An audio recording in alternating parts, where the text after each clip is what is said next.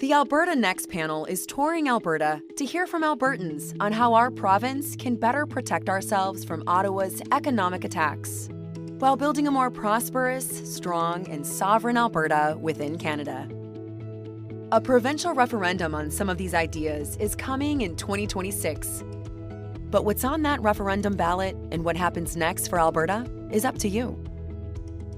One idea being discussed by the panel is Alberta taking more control of the immigration system to counter Ottawa's open border policies, which are driving up the cost of living and are not aligned with the needs of Alberta's economy. In just over 100 years, Alberta's population has grown from a few 100,000 farmers, ranchers, and First Nations peoples to a province of over 5 million, with one of the most prosperous economies in the world. This great success story would not have been possible without new Albertans moving here from all over the world. That is why Alberta has always welcomed newcomers looking to contribute to our province's economic success and unique culture. And we always will. However, as all Canadians intuitively understand, the number of newcomers entering the country each year needs to be sustainable, and everyone wanting to come should be committed to upholding the Canadian values of hard work, love of freedom, and peaceful coexistence. Sadly, Justin Trudeau's Liberals upended Canada's immigration system for over a decade by instituting an open borders policy that permitted millions to enter Canada each year, often without any sort of proper vetting, job prospects, or needed employment skills. The results have been disastrous.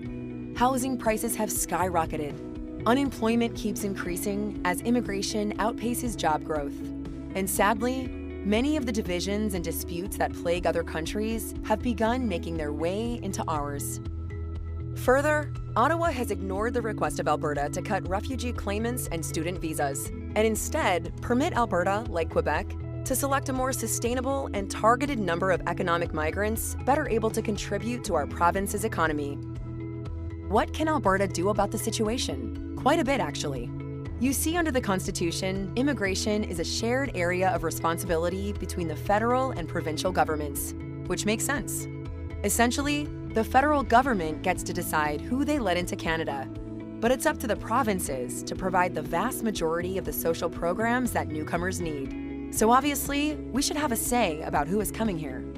If Alberta isn't satisfied with the number or economic qualifications of newcomers moving to our province, we may have the option to withhold provincial social programs to any non-citizen or non-permanent resident who does not have an Alberta-approved immigration status.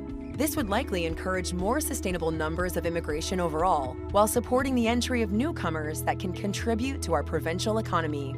If Alberta went this direction, Ottawa could decide to fight Alberta on this issue in the courts, and there would be some additional costs in taking a more hands-on approach to immigration. However, much, if not all of that cost, could be offset in corresponding savings to our social programs.